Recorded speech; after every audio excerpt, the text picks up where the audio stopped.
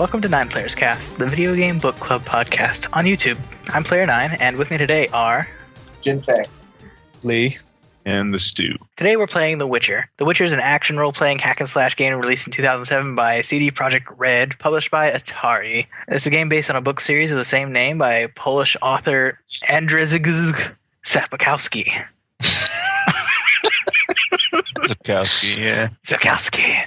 The Witcher takes place in medieval fantasy world and follows the story of Geralt, one of the few remaining Witchers, time-traveling monster hunters for hire. You know, That's not even right.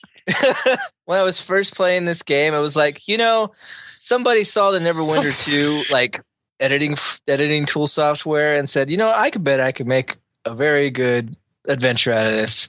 And then the somebody saw what they were doing inside their studio, like, we're making a game. We're making a game with this. And that's what they did. Are you kidding me? No. Yes. Yeah. Witcher is amazing what they did with the Aurora engine. Wait, now, which game originally had the Aurora engine? Was it Neverwinter Nights 2? Neverwinter Nights, period. Oh, Yeah, wow, what a jump. Yeah. Dude, that was from 2002 or something. Have you seen Neverwinter Nights? It's like... Yeah, but it says when you put up the game, it says Aurora Engine 2007. Or BioWare Engine 2007 or whatever. But when did Neverwinter Nights come out? Like Neverwinter Nights had a new expansion that came out. It was called like Mask of the Whatever. No, they had like 3 different... I had the Rights Platinum. It came out in 2002. Yeah, but there's a game that had Neverwinter's name on it called Mask of something. Hold on. I got all the Neverwinter games on Steam. Hold on. I have them all in a box right next to me. You people are like... I have them all in my head because they're that close to my heart. What's going to happen when you people lose internet? What's Stu's going to be sitting around playing games. Play offline. Be all sad. Offline mode seem go. Oh, crap. They don't even have it on the store anymore. Yeah, they shut it all bought it. down. Yeah. Oh, so this game does use the proprietary Aurora engine. The console version used an entirely new engine and combat system titled The Witcher: Rise of the White Wolf. That never came out. Nope. It was to be released in autumn of 2009, but was suspended due to payment problems with the console developers. For those of you at home, I'm basically reading straight from the Wikipedia page, so blatantly, word for word. So this is going to be our first impressions podcast where we talk about, our first impressions of The Witcher so far. We've all played up to about midway towards the end of Chapter 1. Some of us got all the way to the end of Chapter 2. So we're pretty early in the game. So a couple vital stats on this game. First off, time to beat. Time to beat for this game is an astonishing 41 hours. And completionist run through is around 63 hours.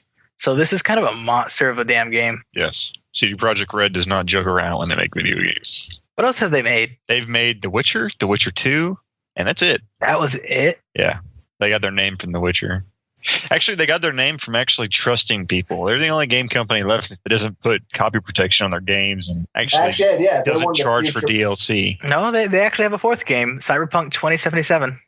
Yeah, but that's not even close to coming out. Yeah, that's why he said he didn't even bring up Witcher 3. He just said Witcher 1 and Witcher 2. Yeah, well, those are the games that they've released. And people liked Witcher 1 so much and Witcher 2 that there was an outcry for them to put him on console. But they didn't want to put it on console for a long time because you know how console makers are, especially.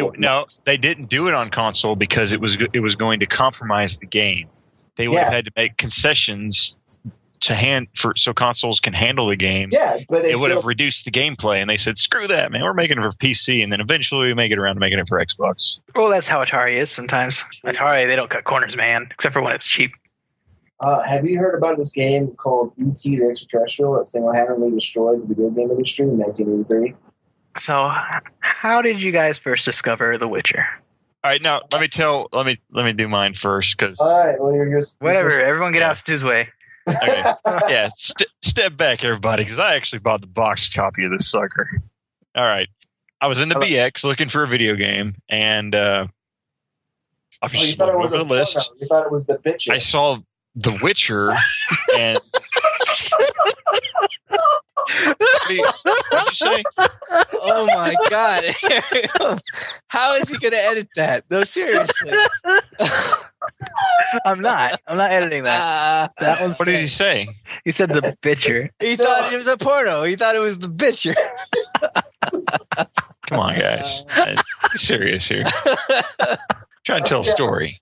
Go ahead, Stu. Go ahead, Stu. Continue your pornographic story. That was inappropriate. All right. So anyway, I'm looking over the list of games and I see something I've never seen before. Now it was The Witcher, and I was like, The Witcher? What is this? I pick up the box. The box weighs like 5 pounds. I'm like, good God, what the hell? And I look on the back, and it's got like the music CD, the freaking just has like just a bunch of crap, and the box is like stuffed completely full of just goodies, and it costs $50, and it's an RPG, which I hadn't played since KOTOR 2. I was kind of in the mood for an RPG, so I took the chance. I brought it home and started playing it, and my God, I was freaking blown away by this game. The fact that I'd never heard of it, the fact that it came with all the crap it did for $50, I just was blown away. I couldn't believe it. All right. Well, my first experience with The Witcher was with The Witcher 1. I heard about it for a while. I wasn't interested in it. It didn't look like something that was interested in me. And there was a period in my life where I was kind of drifting from house to house. It was another brother-in-law of mine that I had. And I ended up staying with him. And the first month I was there, he would just play nothing but The Witcher. He spent the whole month playing The Witcher. And I'd come in and out of it. I'd see what the game was about, and I'd see all the things that he was playing. But it didn't really. It still didn't pique my interest, and I probably would not be playing this game if it wasn't for this podcast. Now that's my experience with Witcher. Just so everybody know, I'm currently downloading the uncensoring patch because I want to see some boobs. Yeah. All right then. Not editing that out. See, the other guys. See, Stu really is this awkward. This is Stu in real life. No, I'm kidding. I'm freaking making a joke, but you guys are not. No, he's like, I can hear a click in the background. He's like exiting out of it.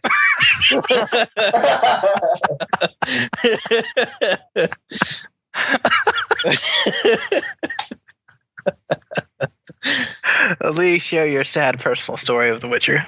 Oh, sad? What the fuck? Okay. Everyone else had a sad story.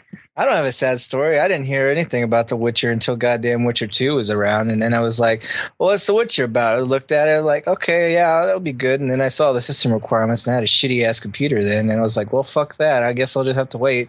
And then I saw The Witcher 2 was on sale on Steam, and I was like, oh, cool, Witcher 2. And then I bought it, and then it would ended up being the original Witcher. I was like, well, fuck. So I just bought the Witcher 2 for sure this time.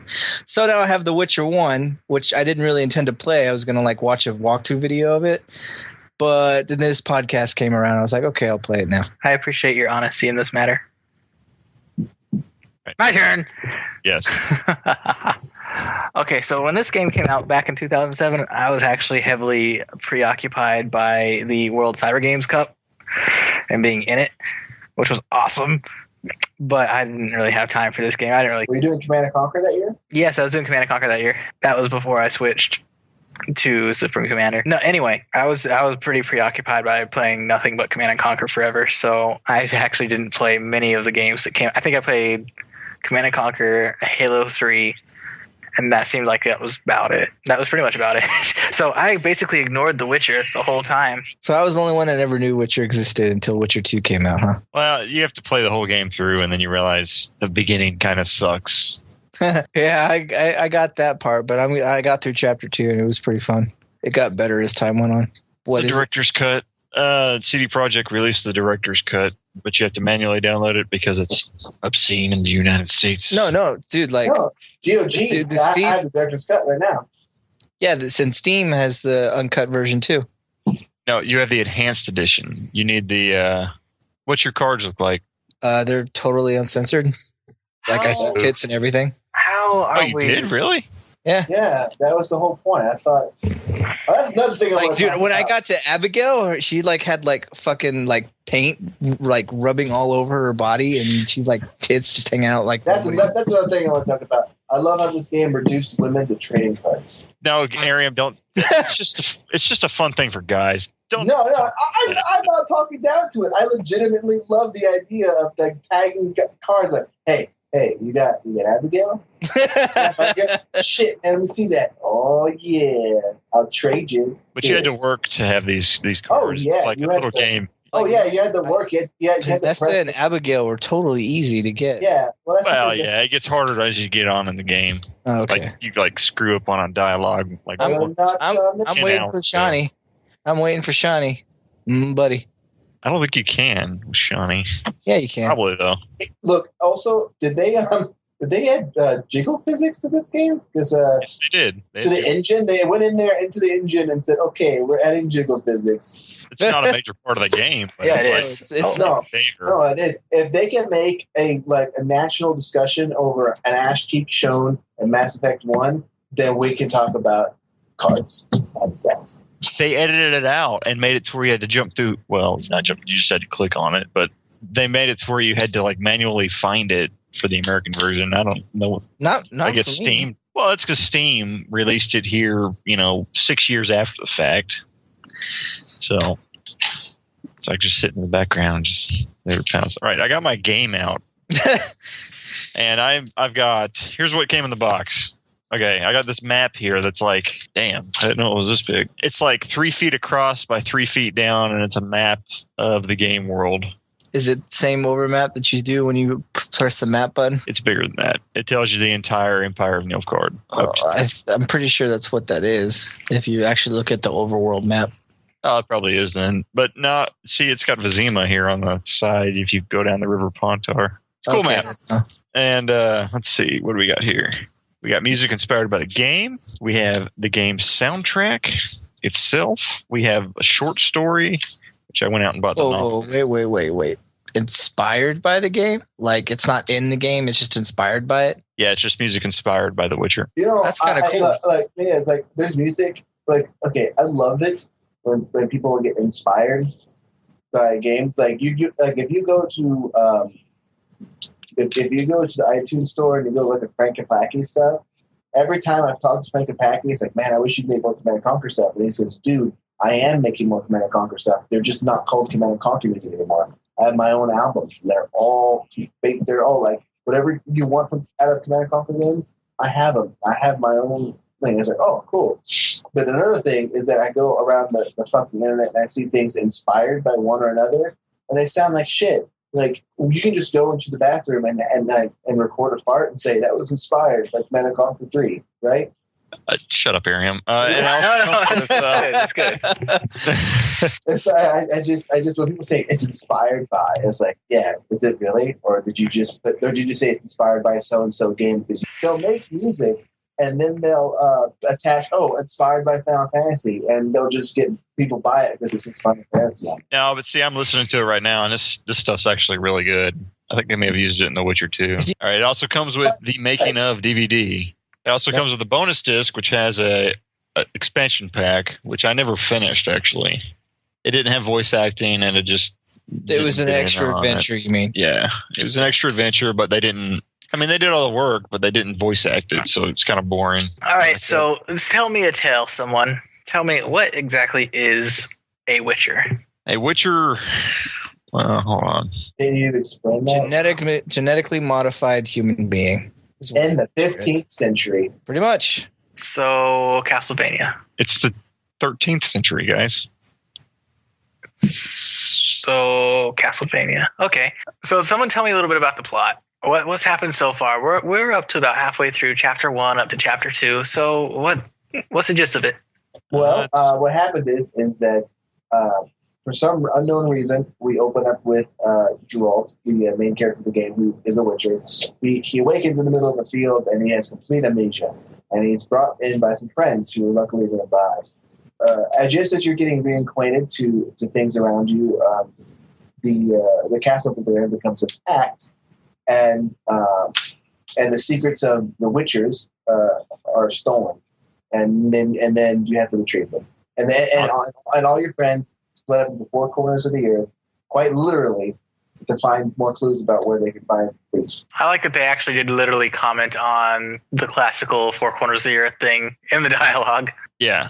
And the game is kind of self-aware in that manner. It's sort of it's aware of it being a mythical tale, and I think that really adds a lot of the charm. God, you say Four Corners. I'm just all that comes to mind is that stupid WoW quest in the new expansion. Oh God, that was so tedious. And all that comes to my mind is Stereophone. God damn it, James! No.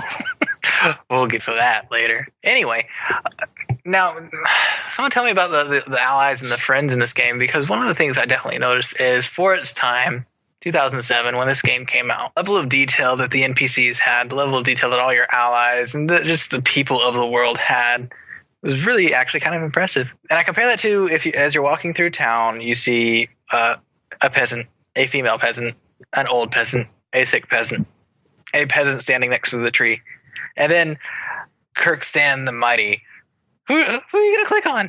I click on all of them because they all have something to say. But my point is, it directs you to characters that have good design. Yeah, no doubt, and also that most importantly, the characters also usually have a different color when you mouse over them. Usually, they're green when they're important. Well, I'm just saying that it's the world building I'm really trying to get at here. Well, it's in the subtle things, like when they're off doing their tasks. Yeah, and they stuff. have life. They do stuff. Yeah, they talk to each other. I see them whenever it rains. They go undercover, the nearest cover they can find. Now, it's actually pretty interesting. I think what I'm really trying to get at with the world building is looking at like this. So many video games and movies and books and whatever all start off the main character with complete amnesia, especially video games. Yep. But this is the first game where I really felt like that mattered, where you're interacting with people who have history with you and history with each other. And they're like, oh, hey, man, remember that time when we did the Aw. Yeah, what's good about this is that this is the first game that has a main character with amnesia. That I feel, like you said, it's important because I feel like maybe there's something he did that we shouldn't know about. Or like maybe he did it to himself. I don't know. I don't have it with this game, but it makes me feel like there's something more to it than just amnesia. And that's usually not the case when things come up. In the beginning, the prologue, I didn't feel the sense of, this character has lost his memory and that affects me. But during the first chapter, you meet a dwarf that apparently you could either ignore. There's a bunch of humans around him threatening to shave his beard off for some reason. I guess because they're racist, but like shave his beard off, okay. But if you decide to help him, he reveals that he knows you. He completely knows you. That you're like brothers to each other, and all you can say is that you don't remember him and stuff like that. And he kind of looks like really disheartened by it, but he still treats you like a bro because of your previous relationship with him. And it's like, oh, okay, well, I can see how this is going to be affecting me from here on out. It gives you a real sense of history. It gives you a real sense of history and depth to the world. Pretty much. I was confused by the opening cinematic. I was like, well, they were talking about what happened in that cinematic, so I'm guessing that this must be afterwards. And I'm guessing that also because he didn't have that scar on the cinematic until afterwards as well. What, really? It's true. Yeah, that long scar on his eye, that wasn't in the cinematic. He didn't have that in cinematic until the very end. I didn't even notice that. Yeah, it's absolutely true. But that's just one thing that kind of builds to the world building. I just don't feel like we've really experienced enough of the game at this point to really give a good judge of the world building, though. Yeah, I still don't really get the world that I'm in just quite, but I do get a real good sense of the atmosphere that I'm supposed to be in. Yes. You can also tell that he's coming to the realization that even though his amnesia is gone, he's coming to the realization that he probably didn't have before, that his skills and his purpose in the world are quickly becoming irrelevant. Because in chapter 2, you meet a character of an order of this, the Burning Rose, I think it's called. And he tells you that he's doing the same job the Witchers are doing, but for absolutely free. Yeah, because he's a religious guy. Yeah. Fanatic. And he's like, he makes a comment about how his job isn't relevant anymore because people are doing it for free now. And all that, it's kind of weird for me so far because I'm kind of still learning about this world as well. But really, all it seems that the Witchers do this for is money. That's all they do. Yeah, that's what they are. They were genetically modified because back when the Order of Witchers first started, and there was like 5 schools. Yeah, I remember that. Contact with anymore, but it was first done because there was a hell of a lot of monsters in this world, and Witchers have slowly thinned them out to the point where Witchers are becoming obsolete. There's not as many monsters anymore. Period. That's what it is. Well, if you're good at doing something, never do it for free. And genetic modifications are very expensive. Well, they can't do it anymore because they don't have a mage to. He was killed in the raid on Kaer Morhen. Yeah, which was like a bunch of years ago. I didn't get that far. But... Yeah, we're still working our way through it. That was in the intro. What? Yes, that was in the intro. What was in the intro? Kaer Morhen wasn't always ruins. It was a fanatic or something. A guy who doesn't like Witchers spread pamphlets and hate, and then they assaulted Kaer Morhen and made it a ruin. Basically, killed all the Witchers except for the old guy, which his name doesn't come to mind right now. So the world building aspect was pretty amazing, but what about the combat? Oh boy.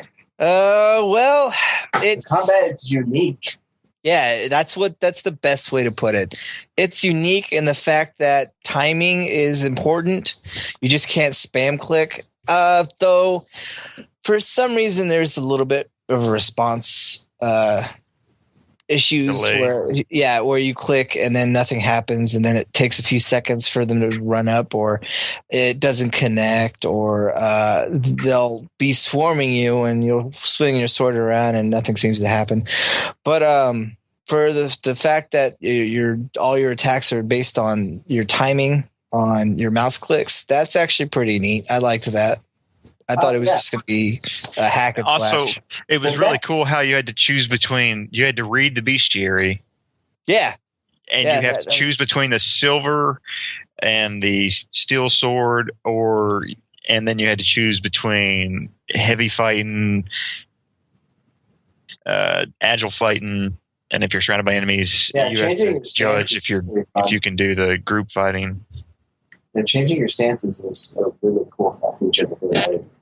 I had a little problem with the inventory, though. Apparently, the dude said that he was going to give me a sword, but then he gave me the sword and I wasn't able to find it in my inventory. It's because it was immediately equipped on your back. It replaced the rusty steel sword. So I'm going to interject here with some fan mail that actually pertains to this topic. So our first bit of fan mail letter right into the show comes from Flim Shady. He writes, I think I mostly remember my character swinging his sword above his head like a madman. I always wondered if I was hitting the enemy's hitbox. It was only enjoyable for the first few seconds when I thought I was having fun, but the whole waving the sword above the head thing and how indicating of hitting enemies, that always turned me off. Is he talking about The Witcher? Yeah, he's talking about The Witcher. Even though it's heavy stance, you raise it above your head. It's like the weirdest thing. Yeah, shouldn't it be like heavy stance be like to the side where you're gonna like swing it like a mad motherfucker, or what? See, what happened is that he probably only played the first few minutes of the game, and he was, and like you got the heavy stance the very first time, and you do look ridiculous. He didn't even call it heavy stance. He just had it over his head the whole time. It was pretty off-putting to me too, but I still kept pushing through. And then you change. As you beat each enemy during the intro, it gives you a new stance to work with, and you keep it from down. But for a while, I thought, is this the way he's going to hold a sword the whole game? Because that looks terrible. But yeah, I know where that guy was coming from. It sounds like he didn't get past the intro at all. Yeah, kind of, because the stance isn't as stupid as the guy's making it out to be. No, it is. But when you think of heavy, yeah, you got it above your head, and when you strike down, you put all your force, your chest, your biceps. I would think that swinging would put more force into something than just dropping it. No, man. No. You got gravity assisting you, dude. Oh. No. When you swipe sideways, you're having to fight the gravity just to get the hit through. Not if you're swiping downwards. If you're swiping downwards, you're doing the full brunt of your muscles plus gravity. We should just do what World of Warcraft does, and when you're holding a heavy sword, you just hold it in one hand and look like a badass. Lee, think of it this way. Do you chop wood by chopping sideways, or do you chop it up and down? No, I understand what you're saying. I'm just saying. I chop sideways, like a man.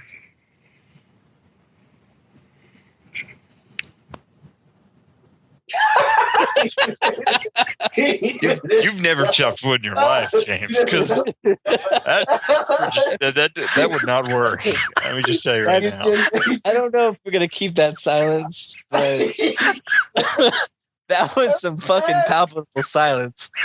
You could cut that silence with a butter knife.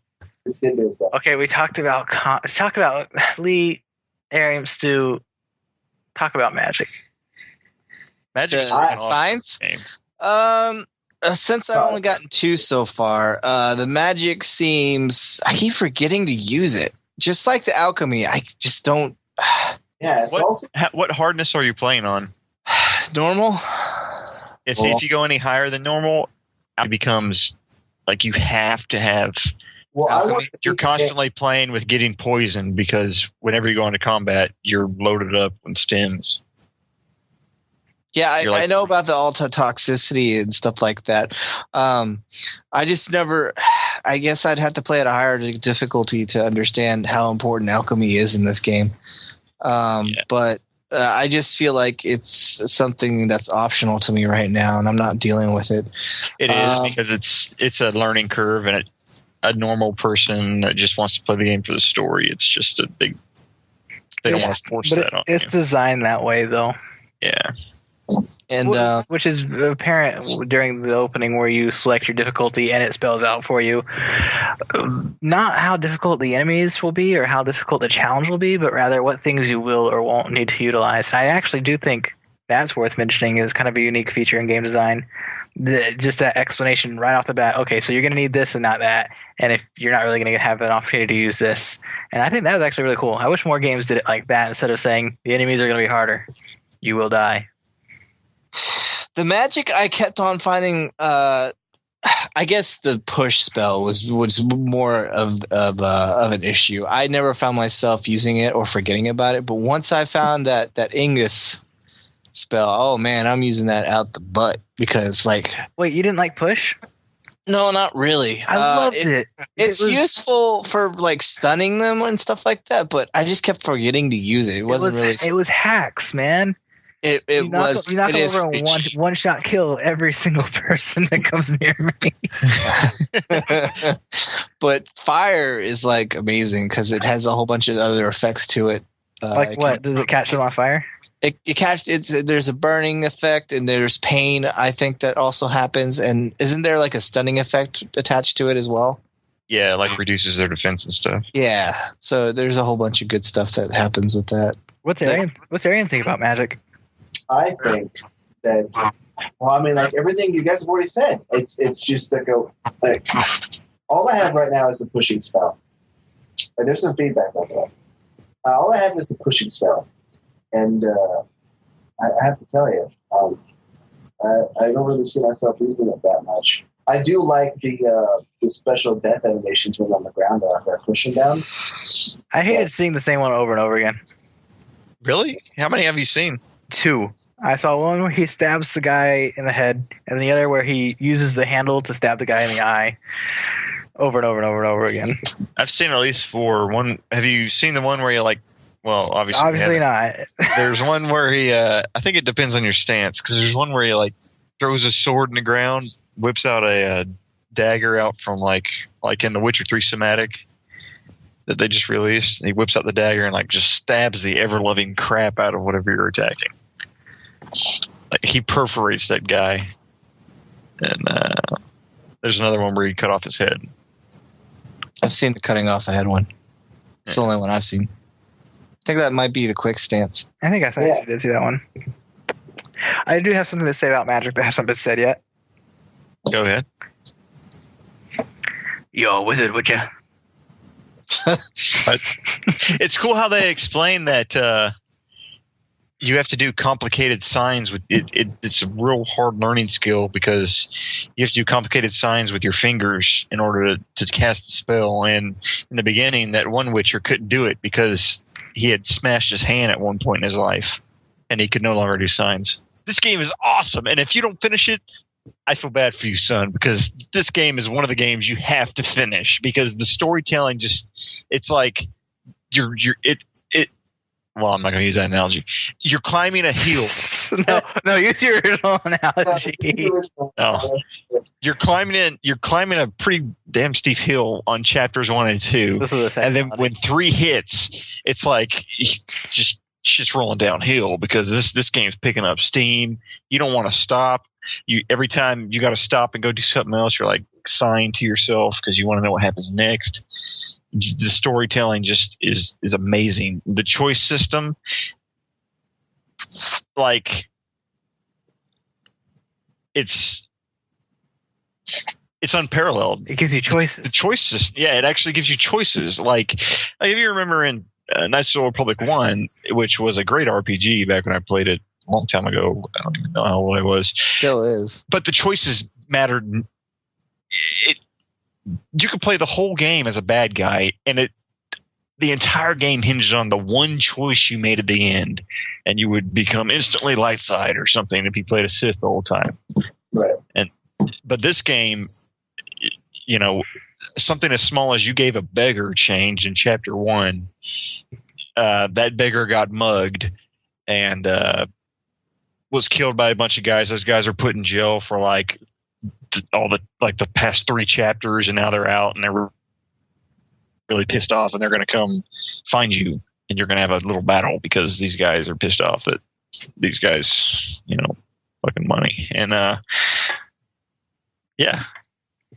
So you're saying it's good because there's a world there to interact with.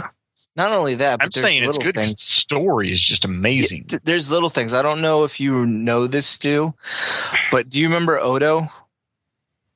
Odo, the fat guy whose brother was killed, the soldier. Oh yeah, Odo, yeah. I don't know if you guys have done this quest yet, but there's a quest that you have to do for Odo. These plant things that come out of the garden, out of his garden, they only pop up when there's a grave nearby. Yeah. And when you first get onto Odo's farm, Odo's dog, which is what it's called, starts barking at you, then runs away to his doghouse. And after you kill the flowers, whatever there are, the living flowers or whatever, there in the morning, Odo's dog is barking over where they appeared, which implies that there's a grave there. Later on, you'd learn, spoilers, that Odo had killed his brother in his sleep. Yeah, and it's implied that he buried his brother there for money. Yeah. And there's nothing that says that. It's just you read the bestiary and says that these monsters appear in freshly dug graves. If you just go through the game blindly killing monsters and fulfilling quests and not actually reading the quests and judging whether or not you should do it or not, because some of the quests are pretty vague, and here's, for example, it's a spoiler. Later on in the game, you have to go into the graveyard in Vizima and kill a bunch of ghouls. Well, you run across one that is like, he's not the head ghoul, but he has some cognitive ability. You can talk to him. He's kind of like half retarded when you first talk to him. Just like every other commoner. Yeah. That you meet. But enchantment? The quest says kill everything, and the guy's like talking about how he just murdered like 3 people, or how he just like ate like 3 bodies or something. But if you continue talking to him, and you have to like really go through like a lot of dialogue where it's constantly hinting that you should just kill this guy. Well, if you don't kill him later on in the game, you find out that, oh shit, I forgot where I was going. You guys got to play it. Later on in the game, he's in the basement of some house, and it's actually he keeps a family from dying, and a whole bunch of other cool crap happens. he becomes like the family's bodyguard. That's not what he is. He just accidentally he keeps the family from getting killed, and it's like a whole other quest line starts up. So Stu, what do you feel that adds to the game? Depth, choice, grittiness. It's not just black and white. True enough. That's basically all the choices are in games nowadays. Yeah, black and white choices. Except in KOTOR 2, where you could actually be like a gray Jedi. That was pretty fun. And the early Mass Effect seemed to be going in a good direction with that as well. Yep, I played neutral. I think when games offer you the neutral option, you really have a lot of depth there. Yeah. But see, that's always like the third choice in those other games. In The Witcher, it's really vague. You have to... There is no good and evil in The Witcher. A really good... It's the same level of storytelling in The Witcher 2. Really good one that really strikes me as really cool in The Witcher 2, which... It's the same type of storytelling. Is at near the end of the game, you get the choice to kill a dragon. Kill a dragon, man, it's cool. You get to kill a dragon. But if you read the bestiary, there's only like 7 dragons left in the entire world. So you want to be a dick and kill the last of this entire dying race, just so you can get like its horns and make a cool suit of armor. Yeah, you want to let it live. Hell yeah, I'm a hero. Adventurer. You get absolutely nothing for it if you let it live. You said cool. You said cool armor. If I kill it though, so I'll kill it. It's just a moral choice. Moral, yeah. Well, what I got out of this game so far, it's a definitely unique experience. I haven't played a game like it, so it's keeping my interest pretty well done. And from what I'm hearing, even before this podcast, is that the choices matter.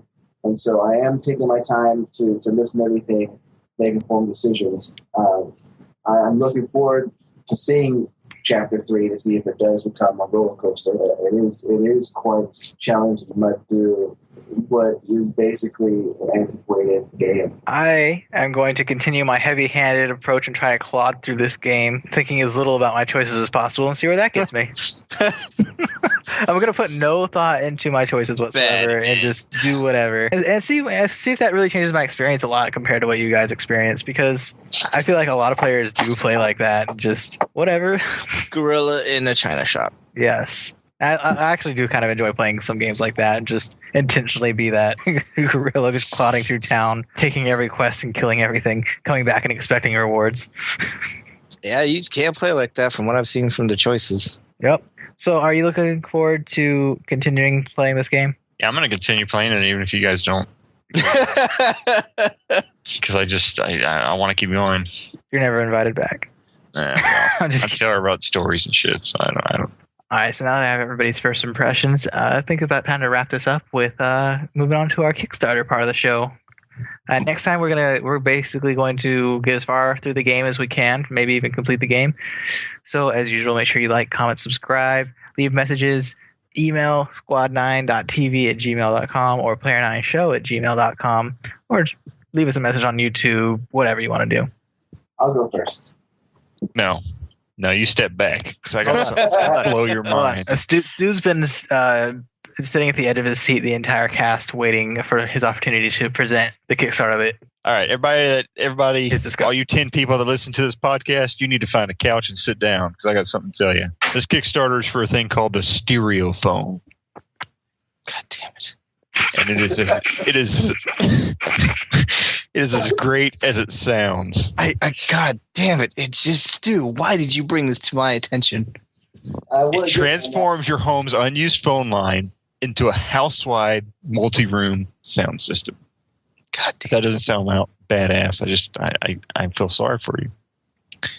Yeah. What you do is you plug. I'm sorry. Could you say that one more time for me? What? Could you say that one more time for me? I think my brain didn't quite. No, because it's so stupid. The guy gives you instructions to disconnect yourself from your fucking. Yeah. What you do is you go outside. You open up the box from your phone company. Oh my Just rip that mother out. The hell with the phone company. God damn you got your own plans now.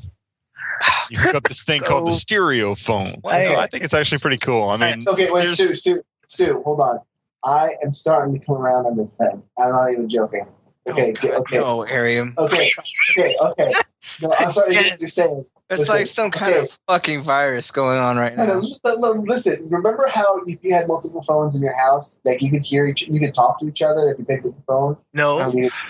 Yeah, you could do that. You remember, it's like, hey, if you pick up the phone and talk to someone, and someone on the other phone, she picks up the phone too, and like you're talking to each other in the same house. Aaron, what are you talking about? Whoa, hold on. No. Hold on.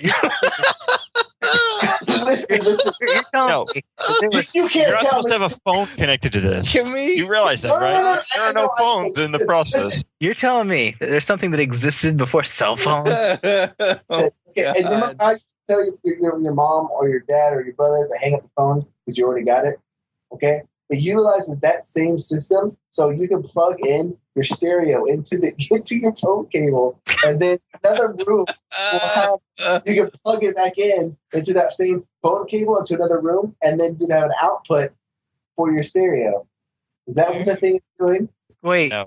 God, no. You missed the entire point. But why wouldn't you just turn up the volume? Okay, continue, Stu, go for it. Stu, explain. God damn it, no. You got all these empty phone lines in your house, right? Well, what do you get to do? You're just sitting there. Your house is... None of you people live in new nice houses, so you got this nice house wired up for shitty old phone, and it's just sitting there. But you plug in your... I hope you don't have an iPod. Plug in your Sansa clip. This is worse than Trials in Tainted Space.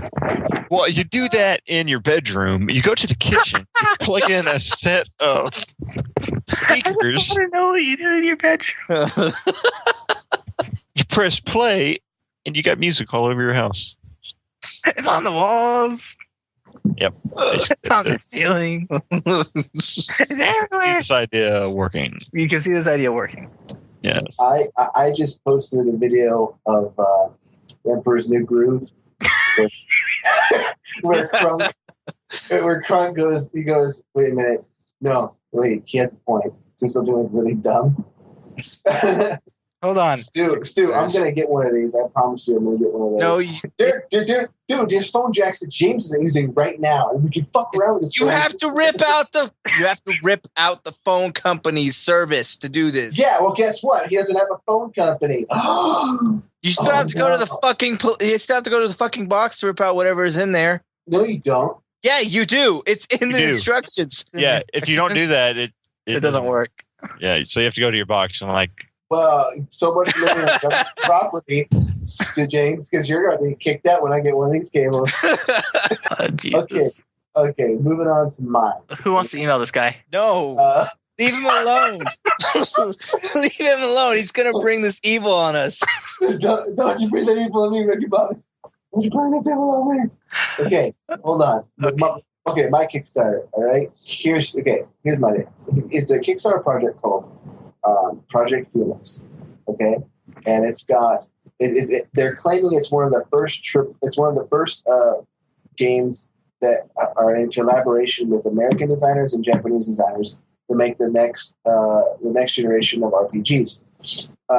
It's got a bunch of people in here from very famous games, such as anyway, there's so many of those, you can see them on there, but like we got people from Diablo 3. We got people from Final Fantasy. We got people from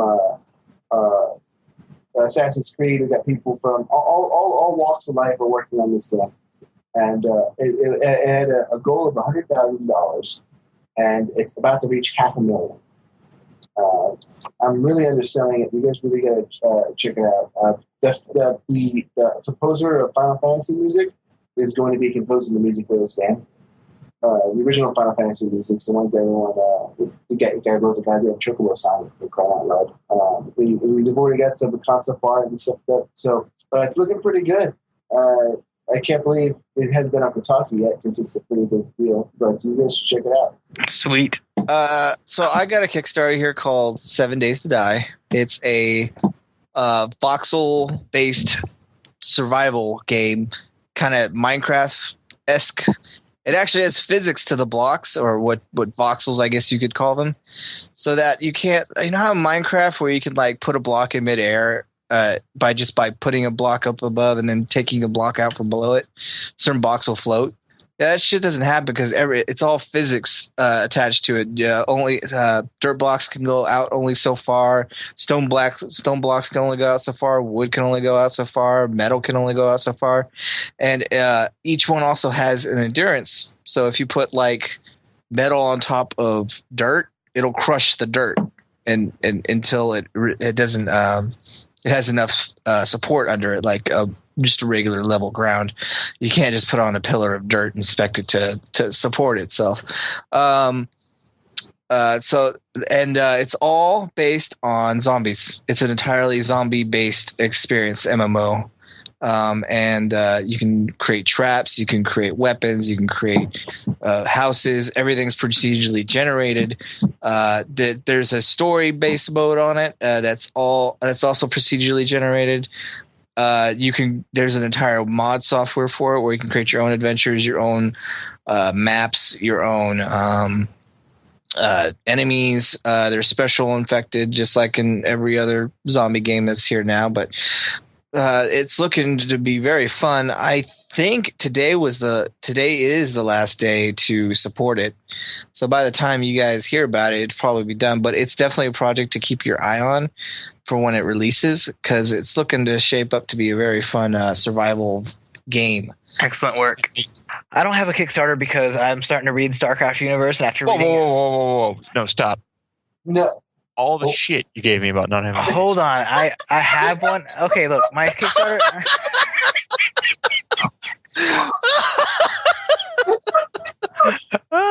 Okay, hear me out. Hear me out.